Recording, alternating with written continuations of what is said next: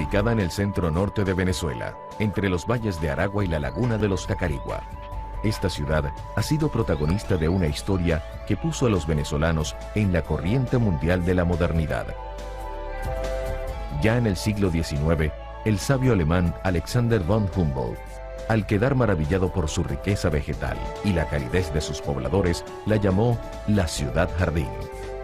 Su desarrollo como sede del poder político a principios del siglo XX le depararía un destino vinculado al deseo más antiguo y anhelado por la humanidad: volar.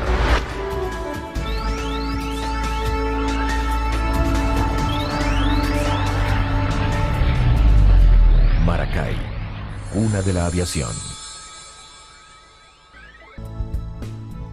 Pero sería Juan Vicente Gómez, uno de los líderes de la Revolución Liberal Restauradora de 1899, el motor del desarrollo urbanístico e industrial, además del protagonismo militar que tendría Maracay y que aún conserva.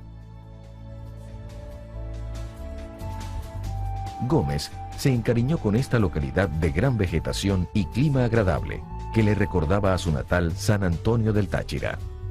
Cuando asumió el poder en 1908, escogió a Maracay como su lugar de residencia. El desarrollo industrial y militar se inicia con fuerza en el nuevo centro del poder nacional.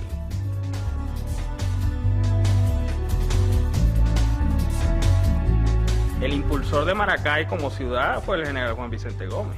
Desarrolló todo, lo que fue la parte industrial con el actuario Maracay, los telares Maracay. Se construyeron los cuarteles, los hoteles, la industria que nació ahí y también, el Ejército Nacional como una base de desarrollo de Maracay. Obviamente era el centro del poder en esa época.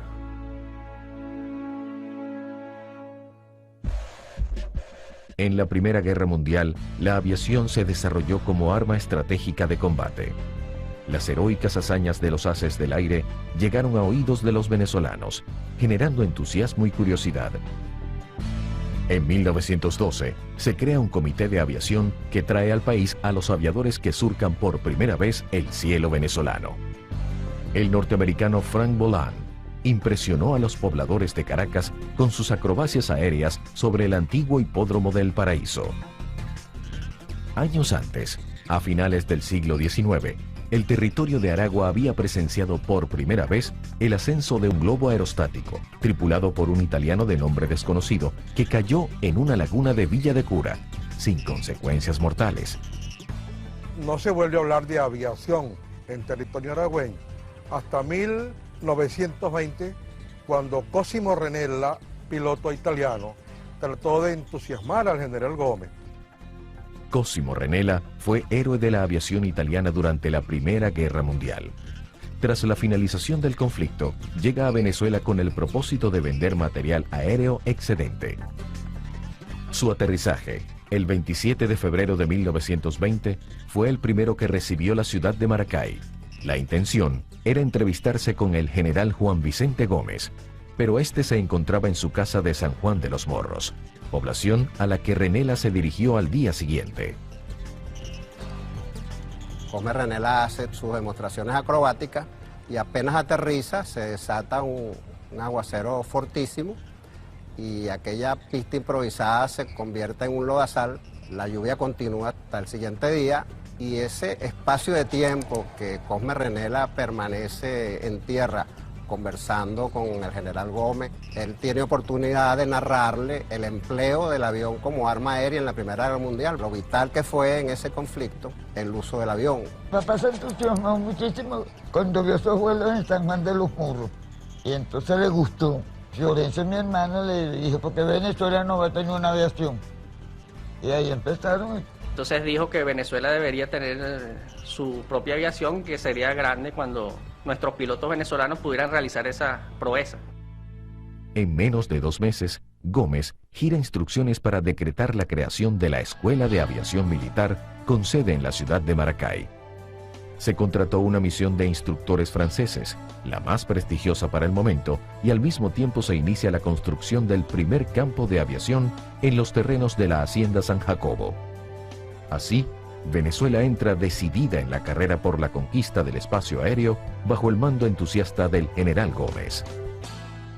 y en abril del año 20 se firma el decreto creando la Escuela de Aviación Militar, que tendrá su práctica en diciembre, el 10 de diciembre, cuando en este recinto donde nos encontramos se instala la Escuela de Aviación Militar en los mismos hangares que tiene actualmente y en el mismo local donde está hoy el Museo Aeronáutico de la ciudad.